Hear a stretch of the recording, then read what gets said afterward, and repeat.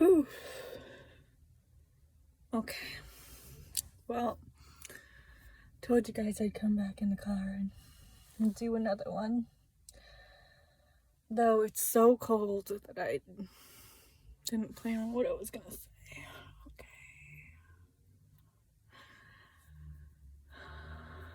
Okay. Decided to do this first before I called my friend because I just wanted to relieve some negative energy or some energy that I no longer wants to serve me. But it has been hell of a ride. I think it's the 12th. Yeah, I think it's the 12th of October. So we've been considered homeless for at least since October 1st. So at least 12 to 2 weeks. And oh my god, so I booked us this hotel in Concord so that my aunt would only have like a 5-minute drive to work, or less of a drive than we had when we had to book the one in Manchester. So we booked one in Manchester because it was only like $900. I told her if we go closer to Concord, because Manchester is considered the ghetto of New Hampshire, that we would be paying more. And hell yeah, we did. Like $1,500. Now, even for $1,500, you would think that the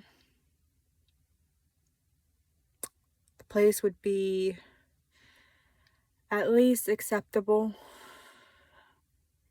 in some kind of way. I don't know if there's quality inns in other places, but here there is, and it is a fucking dump. They definitely false advertised on their website about what it looked like. The pictures are very, very, I don't know if like,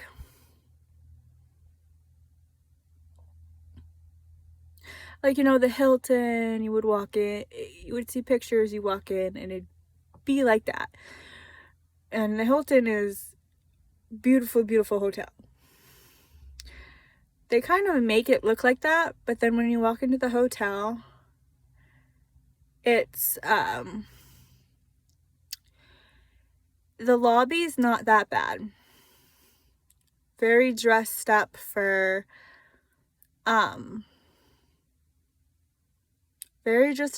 fall. Orange flowers or like leaf trees, very put together like that. Then you get to the hallway. It stinks. And the carpet is like this old, gross brown and like blue freaking colors. Not bright, not inviting. You get to the room. Now in the pictures, they made it seem very spacious, almost like it was photoshopped. Like very spacious. The beds look nice, cozy, comfy, clean to sleep on. And like they just make the room look very good. I can tell you that's not what we walked into. We walked into a very small room. It did have the carpet and like the wall and like that all was like the color and the design, but it wasn't spacious. It was very small. The beds were very old. And like, just you could tell they've been here for a while. Bugs on the window, toilet wasn't clean, shower wasn't clean. Definitely like the opposite of what they made it look like in the pictures. And I'm just like, she spent $1,500 on this room. So, you know, like, it looks like a very ghetto hotel from the outside, very dark, depressing, black roof.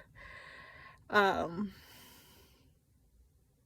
like, it never occurred to us that when we walked in, it would be worse. Like, and like, it was just, I don't even think we're still over the fact of how bad it was.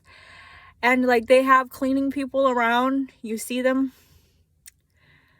but my aunt couldn't even use the coffee pot. That's how bad it was. That's how gross it was. She said like the water coming out the coffee pot was disgusting. She couldn't even drink it. So she didn't use it. So they don't even clean the rooms very often, you can tell. And it's like, for the amount we spent, it should have been $50 to $100 a night, honestly. And it wasn't. It was much, much more.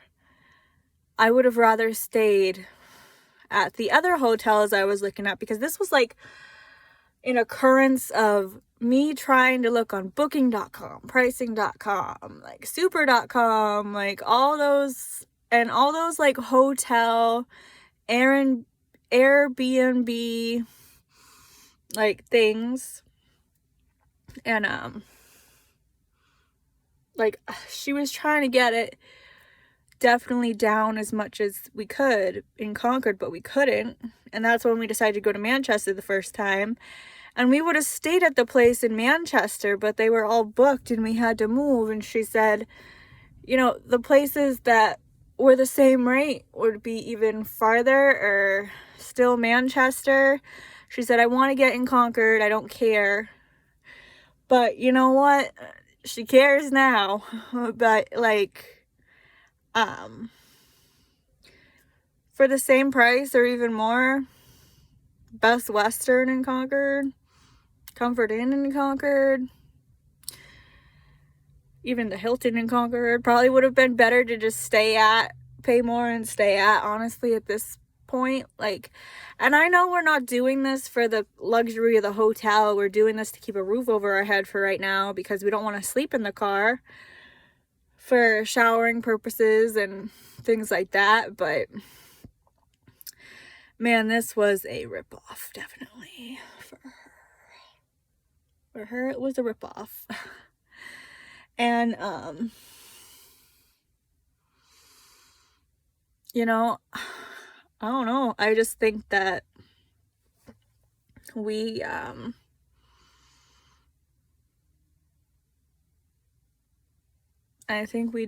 don't know. It's too late to go back, but I definitely said I would do a bad review for them. And I didn't even check the reviews, and you know what? That's what you get for not checking the reviews either. But I don't even know why we didn't like think to do that. But I didn't do it on the actual site of Quality Inn though.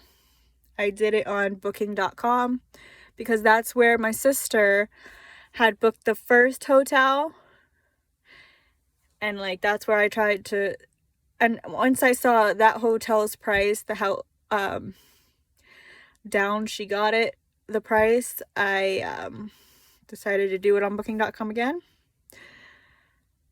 But I don't think it was the price that failed. I think it was the false advertising and the hotel that failed. But other than that, definitely been working more on the self-discovery and the emotional release and the respond, not react, even though sometimes it really does not work to... Sometimes I still react to abuse from other people. Instead of just respond with calmness, I'm finding myself reacting with the defense mechanism of getting angry and loud. And, I know that that's what we're supposed to be working on, is not caring what people think. And the way to do that is to respond and not react, because they all want you to react with horrible outcome, so that they can prove that you're just as worse as them. You're just as bad as them. But in return of going inward, by going inward, I mean self-discovery and self-awareness and just emotional baggage. Definitely been having, even just like not even going in myself, but having the stuff come to my mind naturally. And I think that's happening for a reason, because I think, the universe is saying it's time for me. It's time to heal. It's time to become better. So I won't share completely what happened, but, this day, I thought my friend had just said, let's go out, and was bored, but in a way, I kind of figured something was up, and they thought something specific. But anyways, we went, there was no like intimacy conversations, but it was like, we went out and we went to Newfound Lake, and we were exploring the houses and talking and things like that. And I remember first we started in Manchester, and I was showing him like, oh, this is my old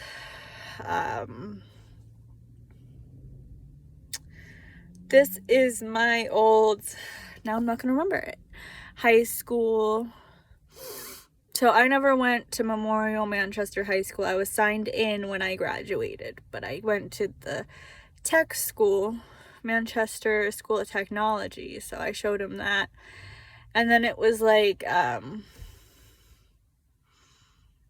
remembered off the bat that the apartment complexes or condos or whatever they are right next to them, behind them, is where my mom used to stay when I was 16. And I remember the memory of my mom kicking me out when I was 16, locking me out of the house. And then I remembered like that she wasn't able to do that, but I never knew that at age 16. Like at age 16, you're not supposed to kick your kids out because it's illegal. But then it's like, also, I showed him my old house, well, my grandparents' house. My grandparents, who, I don't know if I've ever talked about them, but they're more like adoptive grandparents. They weren't blood. So what happened was, when my dad was younger, and I think it started when I was 3, he had this friend, and his friend's parents' house is where he stayed, because he didn't have anywhere else to go. I don't think he never had an apartment or anything. But through that time, his friend's parents started labeling my dad as their son, like, and then I was like their granddaughter. So it's like, but I showed him the house of like where I met my grandparents. Like I stayed there as long as I think my dad had like a girlfriend a couple of times. And he stayed with them sometimes, and I stayed with them sometimes. So my dad's custody was like every other weekend.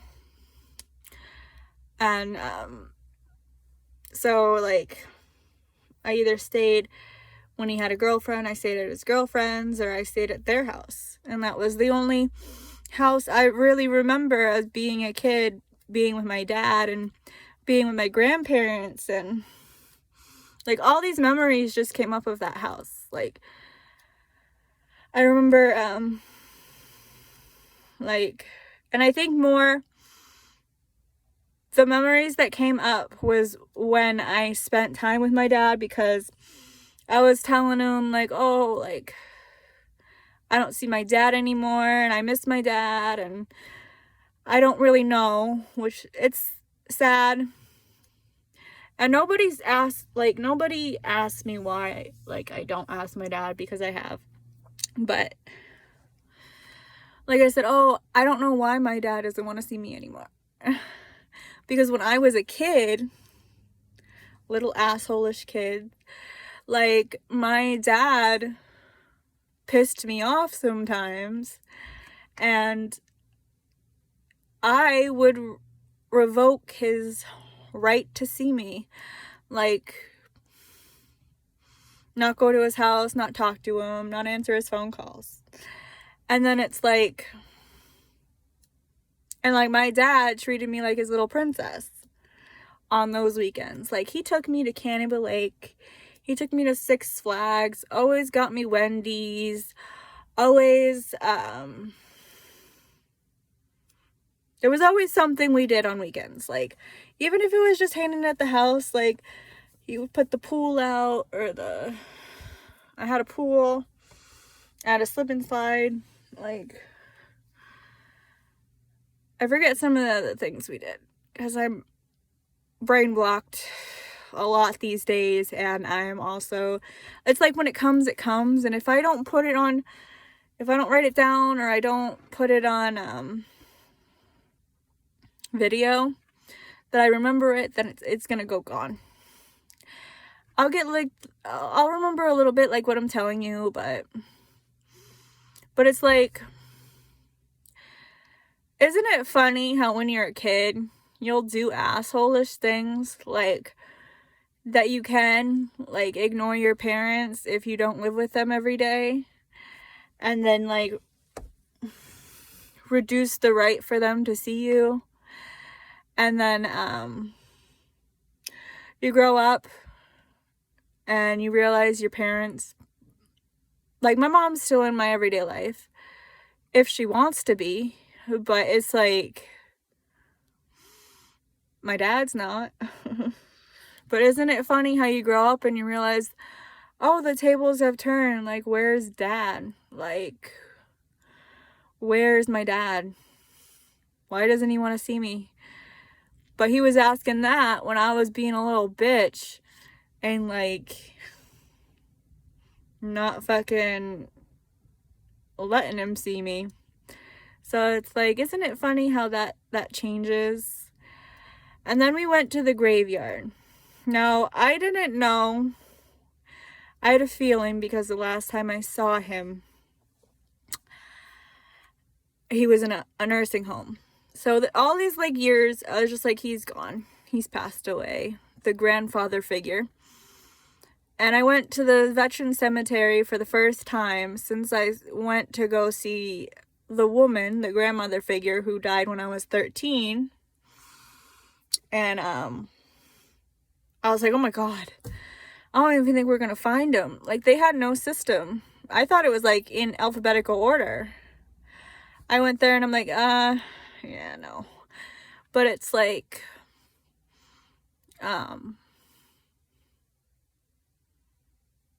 just, they actually were front and center. When we kept driving along to find them, they were in the front. Right there in the front. Right there in front of everybody. And I'm just like, how funny. Like, how funny is it that the two grandparents that were like two amazing people, honestly, were just in the front like that. To me, yes, everybody is important, but it was just very, I don't know, to me it was awesome, like, in that way. And it's like, then I was like remembering, so like I can't remember what she looks like because when she died, all I had was a picture of her in the army, like almost like a picture that you would take at school. Like they had that one picture of her, and she was like in her 20s or 30s. I'm not quite sure what what her age was, but we had a bunch of pictures of her at the house. And when Tom got dementia, the grandfather figure, he ended up getting behind on the bills, and they ended up losing the house. And it was just like we lost all the pictures of her, him, things, you know? So I never got a picture of her. I hate that I don't have like a necklace or bracelet or any little thing like that I could remember she gave me, you know? I hate that. I hate that all I have is the memories. And yes, can my mind, like to a point, remember what she looked like? Yes. But you know how like after you stop seeing someone, you sometimes can remember their faces and sometimes you can't. It's like to a point I can't make out her face. Like I can't make out what she looked like. And I can make out more what Tom looked like. But she was the one that, like, when everything was going chaotic when I was a kid, she's the one I called and I'd be looking for Dad. But she was the one that talked to me. She was the one that lectured me. She was the one that taught me. Like, and she's the one, it was heartbreaking to lose at 13 because I had never lost someone ever before. But I can't remember what she looks like. Like, I can't. And that's sad. But, like, I was telling him, like, I just remember, like,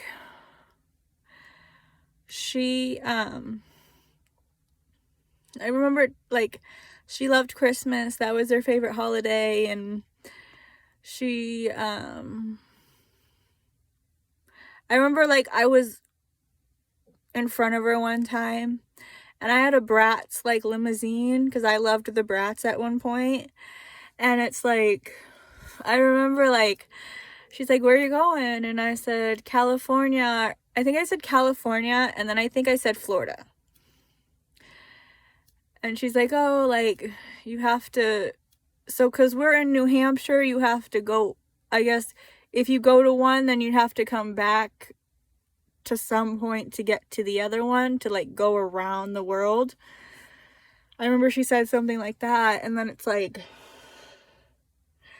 as stupid as it is, like, I don't think it's stupid, but it's like, I remember her coming in and yelling at me, because I used to slam doors, and, like, when I got mad, and she would, like, throw the door open, and she'd say, we don't slam doors in this house. This isn't your house. Like, and I remember saying shit like that to people. Like, this isn't your fucking house. Don't do that. Like, almost like she told me. Like, almost like a habit I got from her. Like, if this isn't your house, don't fucking disrespect me in it. And I think I got that from her. Like, you don't come into someone else's house and own the fucking place. Don't do that. Like, but I think that's where I got that from. It's because I would throw tantrums, and I would slam the doors, and she would come in and tell me, this ain't my fucking house. Don't slam the fucking doors. I don't even think she would swear like that, but I'm a potty mouth. But Yeah, and then I remember like every day or every night I would sleep with the light on because I was afraid of the dark. And she would come in and make sure that I was sleeping before she shut the light off. And this was like she would stay up. I remember she would stay up till like 12 or 1 in the morning. Like, and she would make sure that because I stayed up all night, like, when I was a kid, she would make sure I was sleeping until she turned the light off.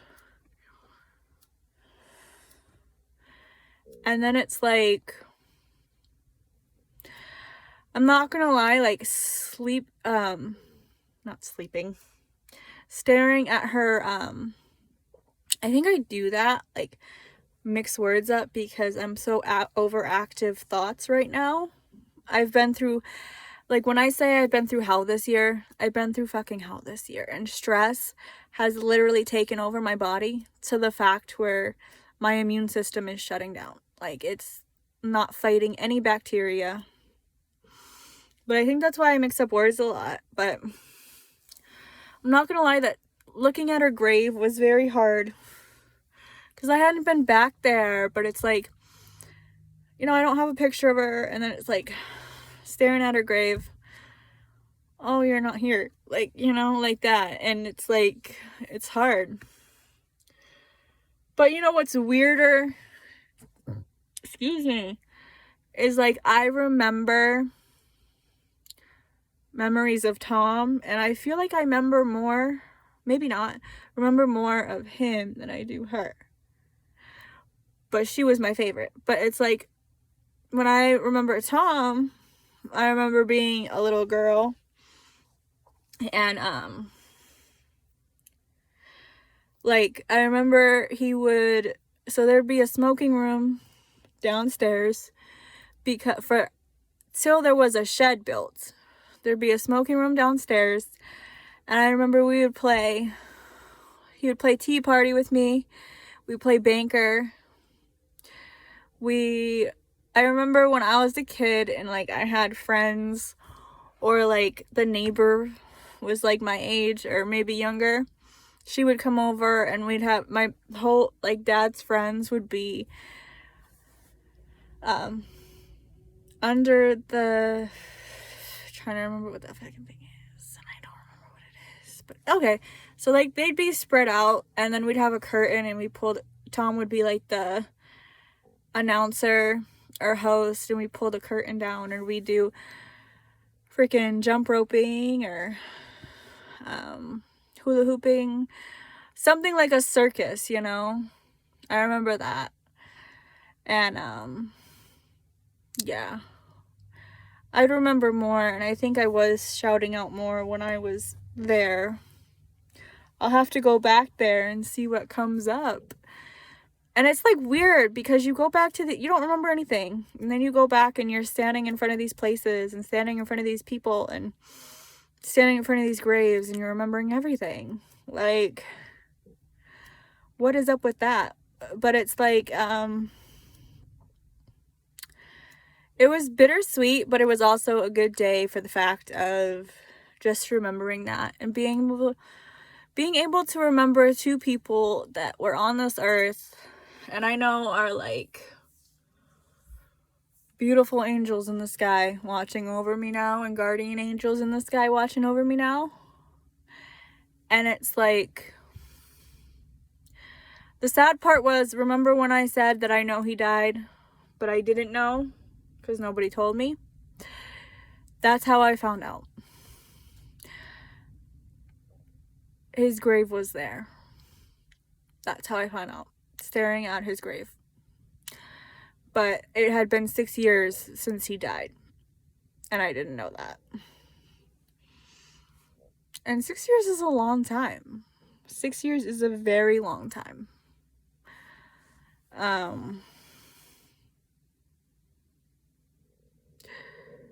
Yeah, but to get back to